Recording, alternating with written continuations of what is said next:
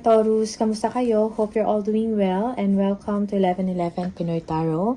This is a general reading, so hindi po lahat ay makaka-resonate. Just take what resonates for you and leave the rest yung mga hindi para sa'yo. Please subscribe, like, comment, and share. And please tap the bell for updates from this channel. Maraming salamat sa inyo. Taurus, tingnan natin kung ano yung mga paparating na energies and messages for you, mga gabay at blessings for Taurus. So, this is a timeless reading. Okay. Taurus, energies and messages for Taurus. Energies and messages for Taurus. Okay.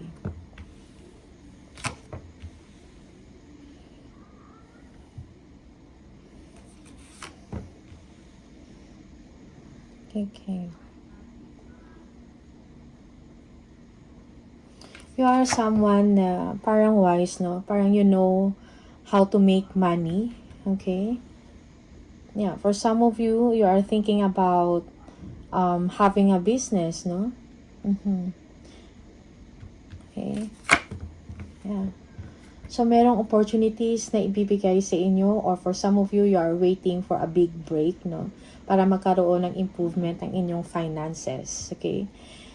You are, siguro nag-iisip ka, you are inspired to do a creative project na pwede mong pagkakakitaan because in your mind right now is improvement sa inyong money. You want success and victory. Okay? Yeah, also, you are holding on tight to your money. Yung para bang, siguro yung iba sa inyo nagtitipid or ayaw lang talaga gumastos. Or if you have a business or negosyo, parang you are making a right decision, no, para sa negosyo mo. Okay? Now, you don't want to waste money or you don't want your money to be put on waste, kumbaga. Okay? Yeah. So, fortune is on your side, Taurus. So, kailangan mo lang mag-move forward kung ano man itong mga naisip mo na mga creative project or mga paraan. Okay, yeah. There is also someone here na parang gusto mag-offer sa inyo ng opportunity or pagkakitaan. Maybe you will be getting an information, no? Or merong i-refer sa inyo na trabaho or opportunity. Okay? Yeah, for some of you, you are already, you are a mother, no? Okay, so listen to your intuition, no? Trust your intuition kung anong sinasabi ninyong, kung ano yung sinasabi. Okay? Maybe, yes, magkakaroon ng improvement ang iyong situation once meron kang maumpisahan, no? Most especially if negosyo ito. Okay? Small scale man yan, no? So, kumbaga, merong chance or opportunity na mag-grow yon, no? Meron siyang potential na mag-grow at mag-expand. Okay? Yeah, you are waiting on something, no? Yeah. Siguro sa inyo, madami kayong mga concerns, no? Madami kayong mga issues, no? Or mga difficulties, no? Sa inyong situation.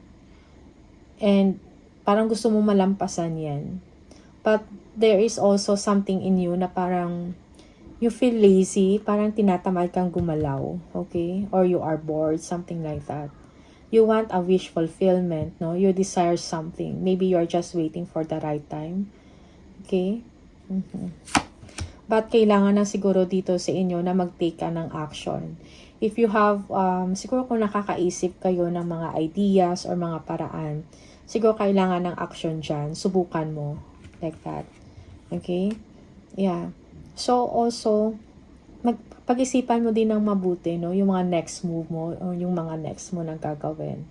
Or maybe, you are in a situation right now na parang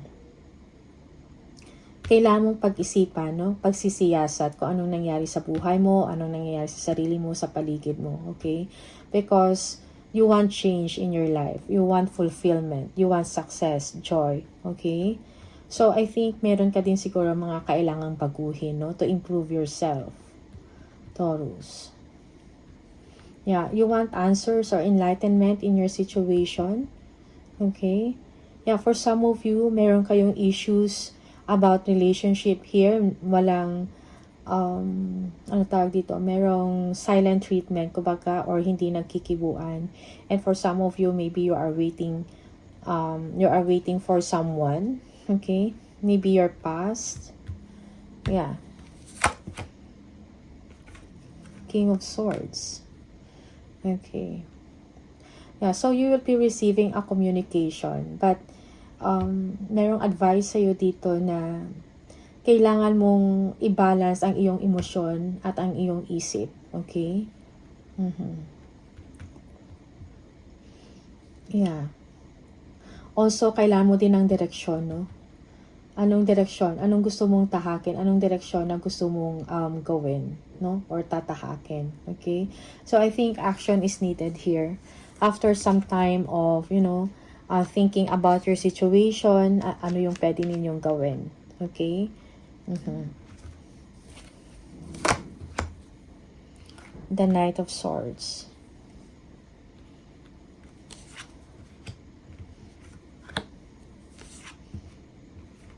Okay. Maybe there is someone in the past na parang gustong or bigla na lang babalik sa inyo or yeah. They are charging forward towards you.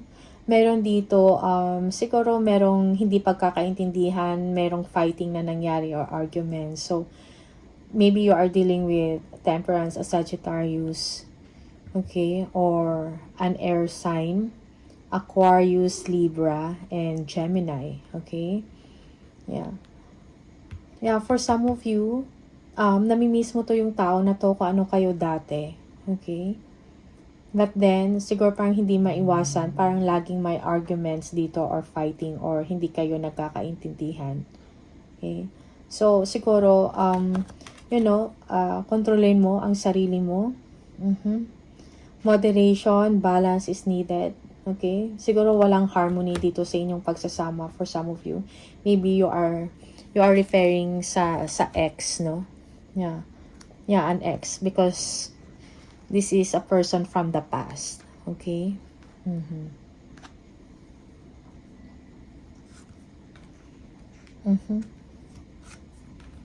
Okay. So, yeah. Parang merong ending na dito sa situation or siguro meron kayong tatapusin na phase na situation, no? A phase in your relationship. Kasi merong ending and new beginning dito. It's like merong renewal na mangyayari sa inyo. So, you will be closing a certain aspect in your life and then there will be a new beginning. Okay? Yeah, maybe this relationship is kind of toxic or parang negative attachment to para sa inyo. Okay? Yeah, for some of you, parang accomplishment to sa inyo na matapos nyo na yung isang toxic na situation or negative. Okay? Negative attachment na to. Yeah, yung iba sa inyo, there will be travel, international or local. Okay. Yeah. Tingnan natin.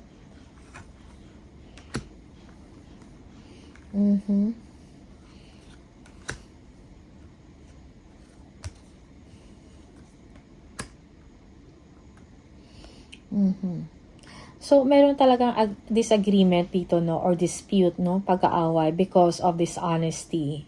Okay? Parang may concern or may problema when it comes to loyalty and faithfulness dito. Okay? Merong deception, lies, pagtatago, paglilihim, pangloloko na nangyari. So, parang ito yung naging cause ng dispute, no? Or pag-aaway. Okay? Yeah, but for you, it's like kailangan mo mag-move on and focus ka about sa money mo, about sa mga opportunity na darating pa sa inyo. Okay? Yeah. You want a good life, no? You want a good life, Taurus. You want expansion. Okay? Most especially, parang nanggaling ka sa isang sitwasyon na, most especially kung may problema sa isang relationship. Okay? Yeah. Maybe you are also a sensitive person here, Taurus. But you have no choice but to move forward and think of yourself. Okay?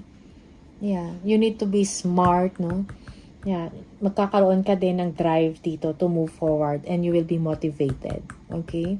Yeah, you are showing ambition, no?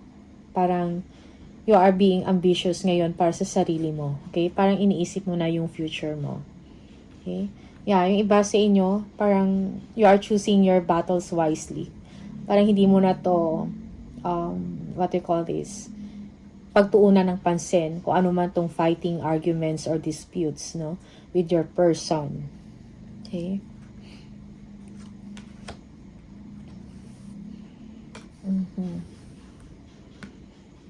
Yeah, for some of you, there is a completion here, no? A successful ending.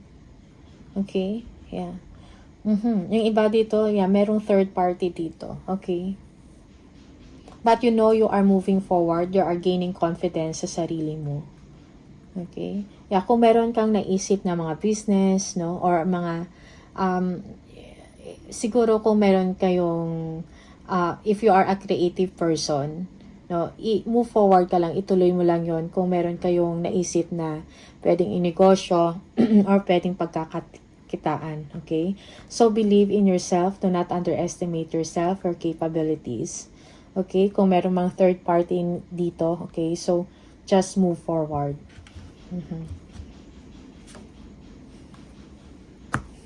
Okay. Yeah, you're thinking about a new direction here. You are just waiting for the right time. Yeah, and a good opportunity. Okay? Yeah, yung iba sa inyo, siguro may matatanggap kang mga good news, no? And mga positive na messages that will inspire you to move forward and take a new direction. Okay? So, after some difficulties, kung ano man yung mga problema mo, yung mga sufferings mo in your relationship, no? For some of you, merong healing dito na mangyayari sa inyo. Okay? Yeah. Parang you will be blessed, no? Merong abundance dito and prosperity, okay? You are guided spiritually, no? Yeah, you have a guiding star, no? Para malaman mo kung ano yung, para makuha mo kung ano yung deserve mo na blessings for you, Taurus. Yeah, ambition, vision, kumbaga. Yeah, you need to plan ahead, okay? Yeah, merong tao dito siguro na someone na magbibigay sa inyo ng advice, no? They will be compassionate to you, okay? Maybe this is a father figure that can give you advice or tutulong sa inyo para maituloy mo yung kung ano yung plan mo sa sarili mo, okay? Meron kang vision and you are being ambitious. Yeah. There is someone here na tutulong sa inyo, Taurus. Okay?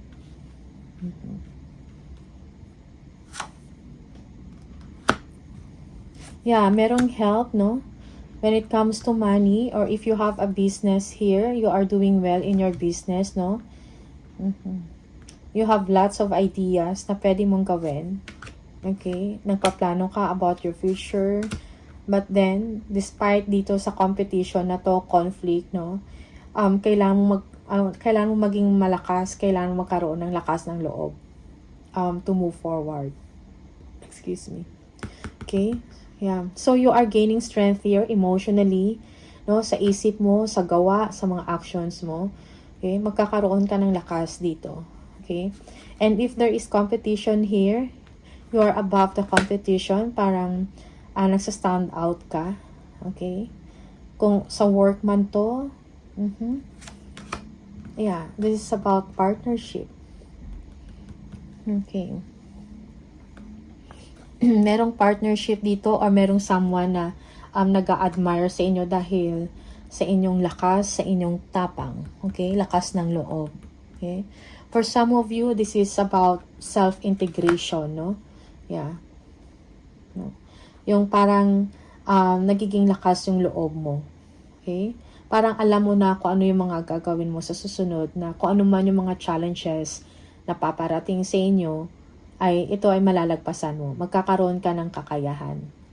Okay? The Tower. So, siguro merong merong separation na nangyari. No? emotional man to or physical. It's like, if you have a stable or if you have a happy home life noon, para nagkaroon ng changes dito. So, merong disappointment sa side, merong kalungkutan. But then, again, you are moving forward, no? You are taking action sa inyong sitwasyon. So, para magkaroon ka ng growth, no? Na, most especially sa kaperahan, a new beginning, a new exciting beginning for you, Taurus. Okay? Tingnan natin. Ano pa yung mga additional na messages for Taurus?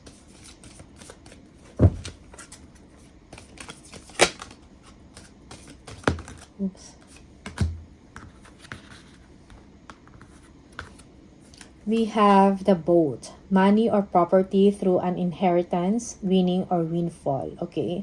So, merong winning dito. Yung iba sa inyo, siguro meron kayong inaantay na mana or meron kayong matanggap na mana na hindi nyo alam. Okay?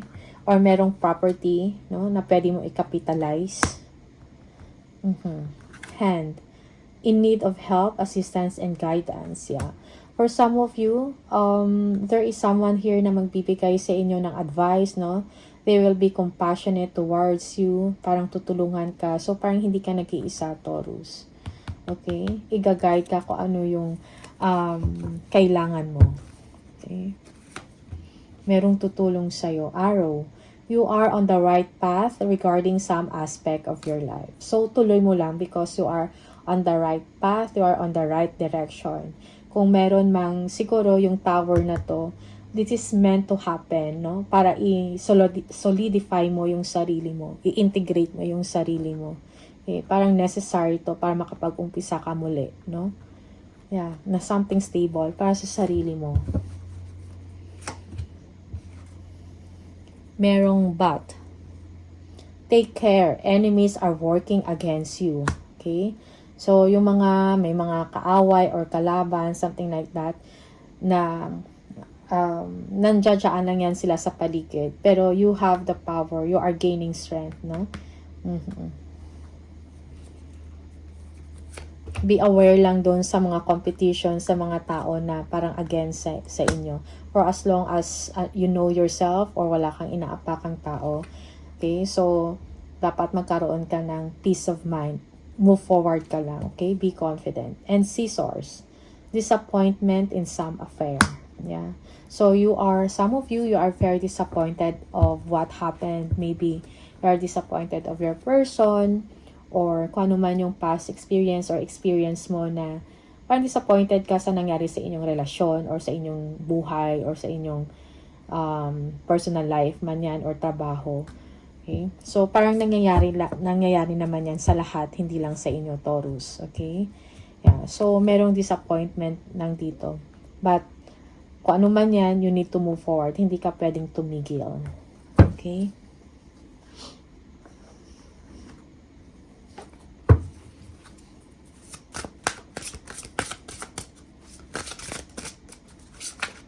Message for Taurus from the angel number. For Taurus, please. Oops. Merong 66. If you keep seeing the number 66, this is the message for you. Your guardian angel is teaching you the essence of unconditional love.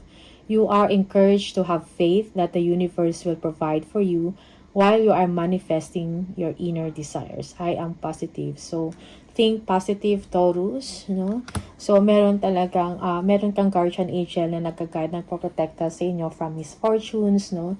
So, do not be discouraged, no? Sa nangyayari sa inyo. Okay?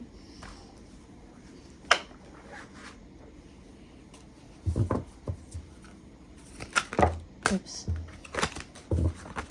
For Taurus, additional message for Taurus.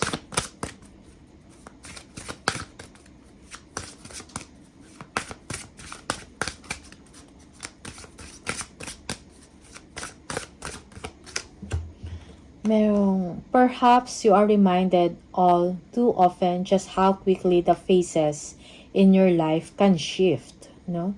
One change after another. You are learning to adapt and grow. Be kind and gentle with yourself. Okay?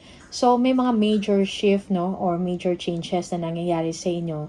Pero may mga purpose ito kung bakit, no? So, it's making you stronger, no? You learn how to adapt because kailangan mo mag-grow, mag-evolve, no? So, be kind to yourself. You are changing to a newer version of yourself. Okay? So, Taurus, these are the messages for you. Maraming salamat. All the best and see you on the next video. Bye!